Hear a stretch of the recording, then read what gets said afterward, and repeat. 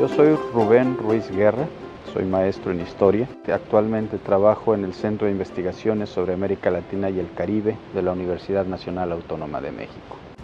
Mis líneas de investigación son dos, una de ellas es diversidad religiosa en América Latina y la otra es relaciones entre los países latinoamericanos durante el siglo XIX.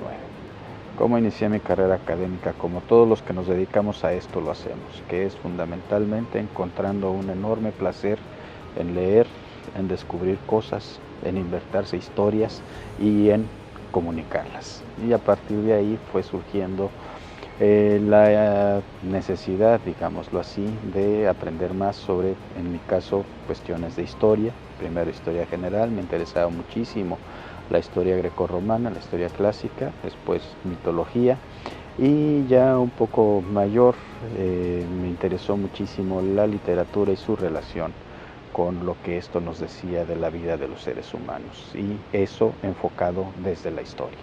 La raíz del latinoamericanismo en México es distinta del latinoamericanismo representado por organizaciones como LASA.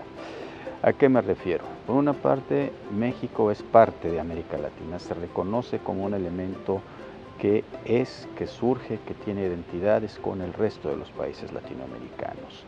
Y de alguna manera, desde el ejercicio del poder, se ha visto esta relación con América Latina como un elemento que nos enriquece y que además nos permite tener una presencia en el mundo que de otra manera no existiría. En la Universidad Nacional Autónoma de México esto se refleja claramente en el escudo de nuestra universidad, que tiene en el corazón un mapa de América Latina, y nuestro lema, por mi raza hablará el espíritu, que es un lema todavía con tintes del siglo XIX, pero que habla fundamentalmente de que por nuestros pueblos habla el conocimiento y la sensibilidad. Los años 60 empieza siendo una época muy dolorosa para los países latinoamericanos, que es el inicio del ciclo de las dictaduras que caracterizan finales de la década de los 60, la década de los 70. Y eso impulsó un fenómeno que fue el exilio latinoamericano, y una enorme cantidad de intelectuales procedentes de muy diversas instituciones, procedentes de distintos países latinoamericanos, coincidieron en México por algunas razones.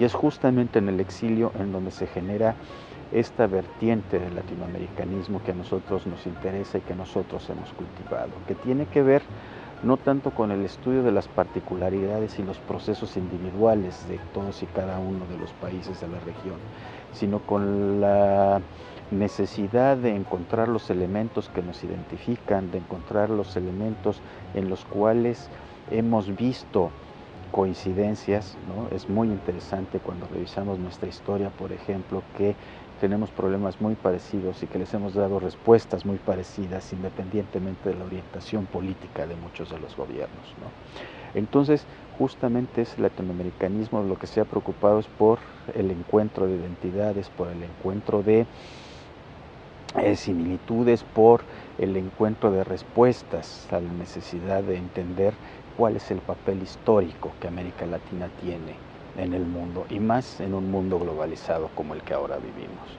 No podríamos entender América Latina si no es con una mirada múltiple. América Latina se define fundamentalmente por la diversidad, y entonces necesitamos nosotros entender la diversidad, abordarla desde distintas perspectivas. No es lo mismo, aunque se parezca en la mirada del economista, que la del sociólogo, que la del historiador o aún que la del humanista. LASA es una organización sumamente importante. A partir de sus orígenes que se denotan en el nombre mismo de la organización, anglosajones, ¿no?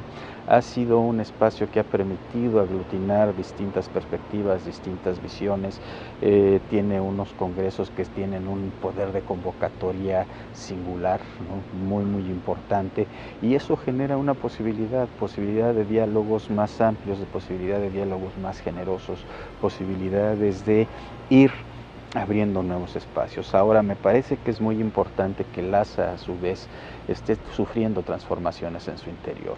La única manera de que el estudio sobre América Latina cobre su verdadera dimensión, tenga su verdadero realce, es justamente a partir de la comprensión de que tiene algo que aprender y tiene algo que darle al resto de las regiones en el mundo.